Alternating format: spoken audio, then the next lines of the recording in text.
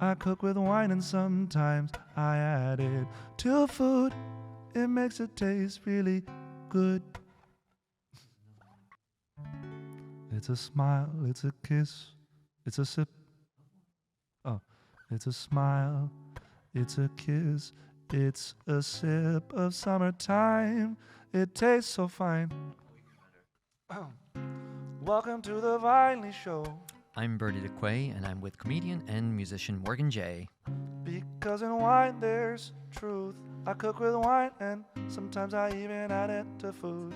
It's a smile, it's a kiss, it's a sip of wine, it's bliss. What wine goes with Captain Crunch? I have a hunch. All worries are less with wine. So sit down and have a glass, maybe a Malbec or a Grenache. Have it your way with some Chardonnay or an Albarino. It's the Vinely Show.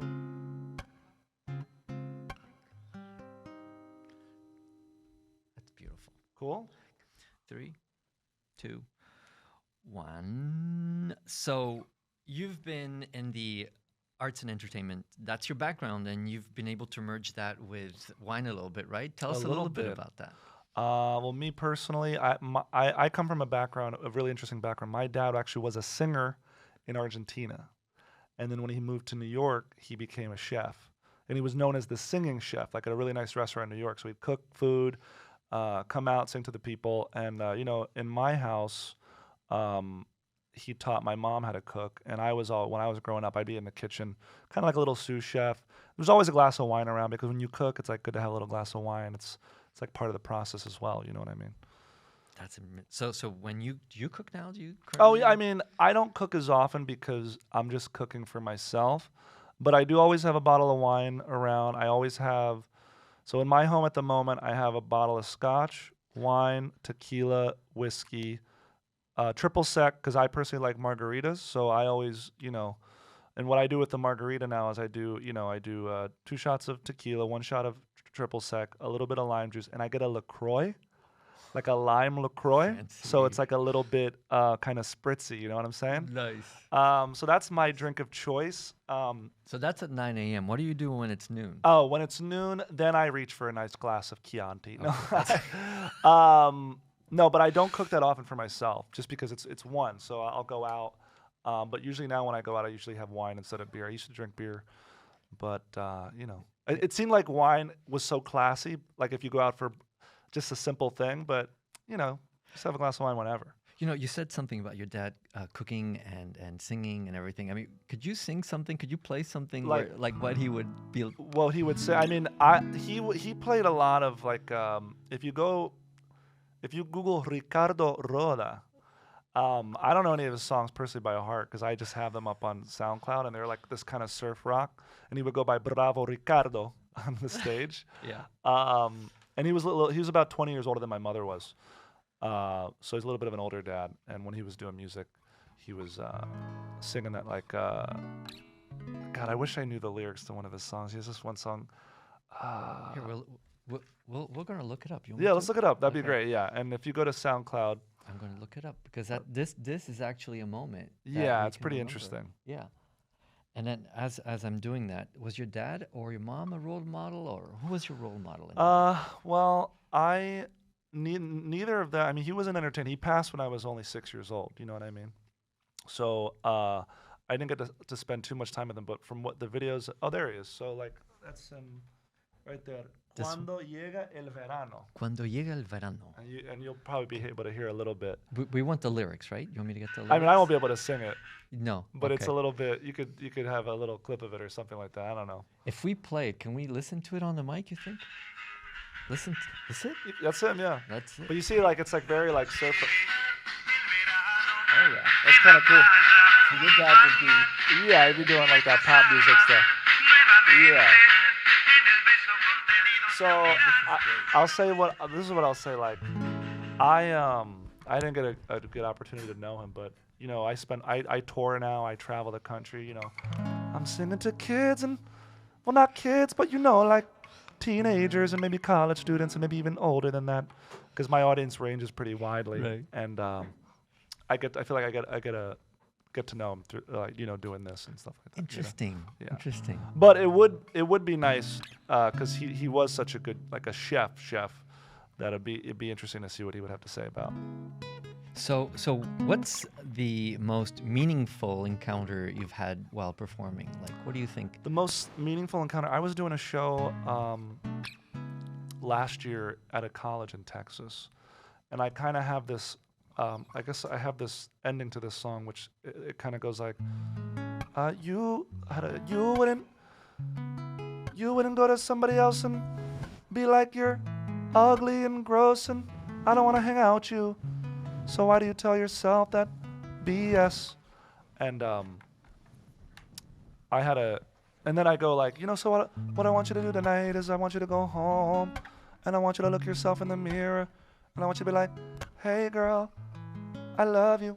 Because it was talking about a lot about self-image and about how people talk to themselves. Yeah. Because there's a lot of times we're doubting ourselves. And I had a student who saw me that night. He sent me a message on Instagram, and he said something like, I kind of got really emotional because I tend to talk to myself in a really negative way, and I think you really helped, and I appreciate you coming to the school. So it was impact on a different level of just making somebody laugh. Because, at every show, people are, I think, happy to just get away from their problems and stuff like that. The day-to-day. Yeah. So did you expect that when you started? I did not. No. I did not. And it was like better than any paycheck because I got like emotional because another student had messaged me too about it, because I think a lot of students in schools now are, especially with social media, there's all these like Instagram models, Right. and they make you feel like you ugly when you actually just like a normal person, and so it's like that. That's And I think I'm trying to speak to that a little bit now. I realize what they're going through, God, that's true. Yeah. That's so true. You got 2 kids in school, so it must be difficult, especially they're just inundated with like Yeah. butts, boobs, Yeah. people vaping, doing, you know what I mean? Yeah. It's like, come on. And one of my kids is gaming. She's going Oh, into really? gaming and programming and stuff Yeah. like that. And so now she's basically spending most of her time in that world where I thought it'd be nice if she could follow biology, something Yeah. outdoors. She's a but gamer girl. that's it. She's coding the world. Her Yeah. name's Kiara also. Kiara, that's a nice Can name. Do a tune with that. See what can we? That's such a. Is that like? Kiara. It's like Chianti, isn't it? It's like Chianti, Chianti. Is that how you named her? Yeah. You named her after a wine? No. Well, no. Well, it's Right. an Italian, but I'm thinking it's probably a good resemblance there to Yeah. the. I don't know why I just brought that up. Never It's mind. okay. We're just free ball. This We're is the first just- app. it right? It's the is, first app. it We're just is. hanging out. Okay, so I wanted to ask you, what is your favorite city? Because you're from New York, actually. You were born Yeah, in I New grew York. up I grew up on the mean streets of Mahwah, New Jersey until I was Damn. about 18, and then I went to NYU. In the West Village, right by Washington Square Park. And I lived in New York for about 7 years. Love New York. Love Yeah. visiting New York. I live in LA now for about 7 years. I go up to San Francisco a lot. Mm. And I gotta say, I love going to San Francisco. I think it's one of the most beautiful cities in the world. I do think it's a little bit, how do I say this? It's kind of so techie now, and it's so bougie. Yeah. And Yeah, it's it kind of is. lost a little bit of charm. I think a lot of people my age go to Oakland. There's a lot of culture in Oakland Yeah. now that's kind of untapped, untouched. Whereas in San Francisco, it just feels kind of like a luxury city. You know what I mean? But it's really beautiful and scenic. Right. Every time I go, my friends make fun of me because I like to take the trolley, and they're like, "Why do you do that?" I'm like, "Because it's like really lovely and beautiful." You know what I mean? Yeah. Especially if you get San Francisco on a nice day. Oh, it's It's really magnificent. gorgeous. Yeah. I was raised in Lisbon, and Oh, yeah. I think it's a sister city to San Lisbon? Francisco. Lisbon, Oh, Portugal? Absolutely. Wow. It's got okay. the same bridge. It's Oh, got it does, doesn't yeah. it? I remember they have that bridge there. That's the right. same bridge, and it's got the same electric trains, and it's got the same. It's even got this little Alcatraz kind of thing Wow. called something I forget. But anyway, but I used to take the electric train because I thought it was Yeah. great. Well, London was also you know what? I should say this last summer, I did my first real trip to Europe. I went to Rome when I was like 6 or 7. Yeah. But I don't really remember much about that. But I went to I started in London, Paris, Amsterdam. I went to those 3 cities. I will say the food and wine in Paris, probably the best. Right. The food in London, I don't even know what they're doing over there. They got to figure something out. It's like, what is going on with this? But I'll tell you something that's interesting. It's the best Indian food you can get. Okay, that I'll say. I went to this place called like Tandoori. I mean, it really was the best. depends, I right? was upset that like I couldn't eat more, you know, because I was so. It was just me. I was just traveling on my own. Yeah. But I would say my favorite city was Amsterdam. Oh yeah. I mean, yeah. Amsterdam was just beautiful. It's like just a really. I took one of those boat tours, Oh yeah. and I thought it was fantastic. And the people are Really always extra nice. Oh yeah. We know why. Oh yeah. I mean, listen. I'll be honest with you. I did some truffles, Nice. mushroom truffles. In your food, or you? No, you- like the some- psychedelic. Oh wow. So I didn't- yeah, I took a little bit. That's some hard stuff. It's listen. I didn't go into it. The way I approach it is the same way you approach like a glass of wine, a glass of beer. Like I occasionally I do it a little bit, like a microdose. I don't know if it's okay to talk about this. Why not? Like, Yeah, because and I had a really tremendous experience, and I didn't go into it with like that mentality of a college student where they're like, let's do some drugs. It wasn't kind of like that. It was like, all right, I'm gonna have a good experience. I'm gonna set an intention. I'm gonna try to make this special, you know? yeah. It's funny because we're in Portugal. It's almost the capital of ayahuasca. You know what that is? Oh yeah. Dude, it's like everybody's doing ayahuasca over there. I Yeah. don't know. It's like I guess it's legal or something. Or they. And we live in LA where you can go to these ayahuasca retreats. Yeah. And I have this joke. I think everybody in LA kind of knows a shaman or a friend of a Right. shaman. Yeah. You know what I'm saying? Like Yeah. if you live especially on the west side, if you live in Venice. My Uber driver was a shaman. Oh yeah, and he didn't even drive there. We just vibrated at a certain frequency, and then you just appeared at your location, right? Exactly. I'm just trying to make Andy, our sound guy, laugh a little bit. I'm gonna look over every once in a while, see if he's chuckling. It's hard to make him laugh. That's okay. Hey, what's on your bucket list? Bucket list. I'd love to put out a comedy special, and I think we're not far from that. Good.